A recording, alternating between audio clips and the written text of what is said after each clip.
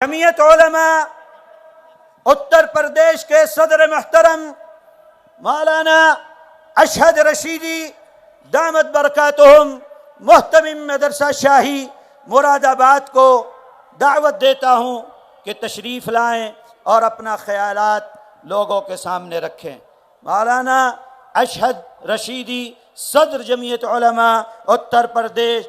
बहुत थोड़ी सी आपके अंदर हरारत और गर्मी अब तक पैदा नहीं हुई है, कैसे लड़ोगे हुकूमत की पॉलिसियों के खिलाफ? मौलाना अशहद रशीदी, मौलाना अशहद रशीदी।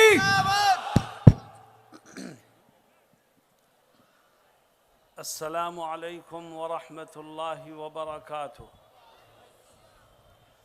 अल्हम्दुलिल्लाहि रब्बिल आलमीन वस्सलातु वस्सलामु अला सय्यिदिना मुहम्मद व अला आलिहि व सहबिहि अजमईन। अम्मा बाद। दोस्तों और साथियों, जमीयत उलमा मगरिबी बंगाल के ज़िम्मेदारों, मैं जलसेगाह में आया और जब मैं स्टेज पर पहुंचा तो मैंने देखा कि स्टेज पर मुसलमान भी हैं, सिख भी हैं, ईसाई भी हैं, दलित भी हैं, मुस्लिम और गैर मुस्लिम जिम्मेदार और लीडर स्टेज पर मौजूद हैं।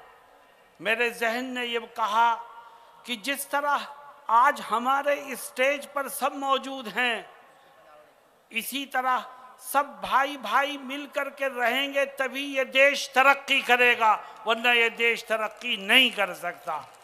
मेरे दोस्तों और साथियों, आपको याद होगा कि आज से 70 साल पहले हमारा देश गुलाम था। अंग्रेज ने हिंदू, मुसलमान, सिख, ईसाई सबको अपना गुलाम बना रखा था और 7 समंदर पार से आए हुए अंग्रेजों ने हिंदुस्तान पर कब्जा जमा रखा था। अंग्रेजों से देश को आज़ाद कराने के लिए मुसलमानों ने लड़ाई तन्हा लड़ी, देश आज़ाद नहीं हो सका और अंग्रेज लड़ाओ और हुकूमत करो की पॉलिसी पर अमल करता रहा। फिर जब जमीयत उलमाए हिंद के फाउंडर हज़रत शेखुल हिंद मौलाना महमूद हसन माल्टा की जेल से रिहा होकर आए तो उन्होंने आवाज़ लगाई कि अब हम मुल्क की आज़ादी के लिए सिर्फ मुसलमानों को साथ नहीं लेंगे, हिंदुओं को भी लेंगे, सिखों को भी लेंगे, ईसाइयों को भी लेंगे। जब हिंदू, मुस्लिम, सिख, ईसाई सब ने मिलकर के देश की आज़ादी के लिए कदम बढ़ाए तो अंग्रेज जैसी ताकत को भी अपना बोरिया बिस्तर गोल करके यहाँ से भागना पड़ा। आज फिरका परस्त ताकतें लड़ाओ और हुकूमत करो कि अंग्रेज वाली पॉलिसी पर अमल कर रहे हैं। मुसलमानों, हिंदुओं, सिखों, ईसाइयों, आओ जमीयत के बैनर तले हिंदुस्तान के झंडे को हाथ में लेकर हम फिरका परस्तों के खिलाफ फिर मैदान में आते हैं। और हमें यकीन है कि जिस तरह अंग्रेज भागा है, इसी तरह अंग्रेज की नाजायज औलाद भी भाग करके मुल्क को आज़ादी मिलेगी। मेरे दोस्तों और साथियों, हिम्मत से काम लो, परेशान मत हो। मायूसी और हौसला शिकनी ये मुसलमानों का शिआर नहीं है। हमने तो बड़े से बड़े ताकतवर को देखा है कि जब खुदा की पकड़ आती है तो उसको भागने का रास्ता नहीं मिलता। आज खुदा के बंदों पर जो जुल्म कर रहे हैं उन्हें सुन लेना चाहिए कान खोल कर कि खुदा हर गुनाह को मुआफ कर सकता है। जुल्म और शिर्क ऐसा गुनाह है जो कभी मुआफ नहीं होता। इसलिए अभी हमारे साथी ईसाई दोस्त आपके सामने बयान कर रहे थे। मेरे दोस्तों, ये जो NRC और CAA जो बना है, ये सिर्फ मुसलमानों के खिलाफ नहीं है, ये जिस तरह मुसलमानों के खिलाफ है इसी तरह हिंदुओं के भी खिलाफ है, सिखों के भी खिलाफ है, ईसाइयों के भी खिलाफ है। क्यों? इसलिए कि इस कानून से देश के आईन और दस्तूर को फाड़ करके फेंकने की कोशिश की जा रही है। और याद रखो, जब देश का आईन खत्म होगा तो न हिंदू रहेगा, न मुसलमान रहेगा, न सिख रहेगा, न ईसाई रहेगा। आज हिंदुस्तान को फिरका परस्त ताकतों से आज़ादी दिलाने के लिए और देश में अमन को, प्यार को, मोहब्बत को, उल्फत को आम करने के लिए हम सब यहाँ जमा हैं।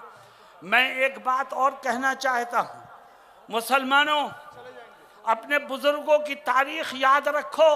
हिंदुओं, सिखों, ईसाइयों, तुम भी अपने पुरखों की कुर्बानियों को याद रखो।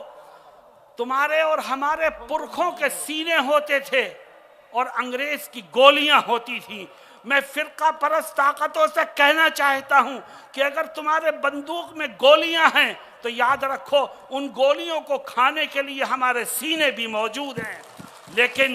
लेकिन हम एक कदम पीछे हटने को तैयार नहीं हैं। आज एनआरसी और सीएए के खिलाफ मुल्क में सबसे पहली आवाज जमीयत उलमा के बैनर तले कलकत्ते के इस मैदान से बुलंद हुई है। ये देश के कोने कोने तक पहुंचेगी। जमीयत उलमा हिंद और हर जगह जमीयत के खादिम बुजुर्ग इस आवाज को आम करेंगे। दोस्तों, घबराने की जरूरत नहीं है। हमारे और तुम्हारे बुजुर्गों ने तो दरिया में भी दौड़ा दिए घोड़े अपने, इनकी क्या हैसियत है। अल्लाह ने चाहा तो आज नहीं तो कल ये अपने पैर सर पर रख करके भागेंगे और इंशाअल्लाह देश को अमन मिलेगा, सुकून मिलेगा, आफियत और भाईचारा आम होगा। बस एक दरखास्त है कि देखो, सिर्फ जोश से काम नहीं चलता है, जोश के साथ होश भी होना चाहिए। आप एजिटेशन करो, आप एहतिजाज करो, आप एनआरसी और सीएए के खिलाफ बोलो, लेकिन मुल्क के और देश के अमन व अमान के लिए खतरा मत बनो। कानून को हाथ में मत लो और हमेशा कानून की पासदारी करो।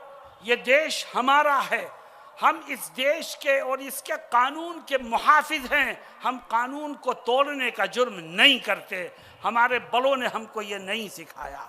मेरे दोस्तों और साथियों, आज देश का होम मिनिस्टर कहता है कि ईसाई को आने की इजाज़त होगी, हिंदुओं को आने की इजाज़त होगी, जैनियों को आने की इजाज़त होगी और दूसरे मजहब के लोगों को आने की इजाज़त होगी, और मुसलमानों को घुसपैठिया कहकर किनारे लगाना चाहता है। याद रखो, हिंदुओं, दलितों, सिखों, ईसाइयों, जब मुसलमान इस देश में नहीं होगा तो ये देश भी टुकड़े टुकड़े होकर के ख़त्म हो जाएगा। ये देश बचा है तो हमारे और तुम्हारी वजह से बचा है। अगर हम न रहेंगे तो देश भी टुकड़ों में तकसीम होगा। हमने देश की तकसीम की पहले भी मुखालफत की है और हम आज भी देश की तकसीम के लिए सामने आने वालों को किसी कीमत पर कामयाब नहीं होने देंगे। देश को तकसीम कराने वाली ताकतें वो हमारी ही दुश्मन नहीं हैं, वो इस देश की भी दुश्मन हैं। और इंशाअल्लाह देश के ये दुश्मन किसी कीमत पर कामयाब नहीं हो सकेंगे। आज हम और आप ये कसम खा के जाएं कि जब तक ये कानून वापस नहीं होगा हम चैन से नहीं बैठेंगे इंशाअल्लाह। व आखिरु दावाना अनिल हम्दुलिल्लाहि रब्बिल आलमीन। आगे बाबू।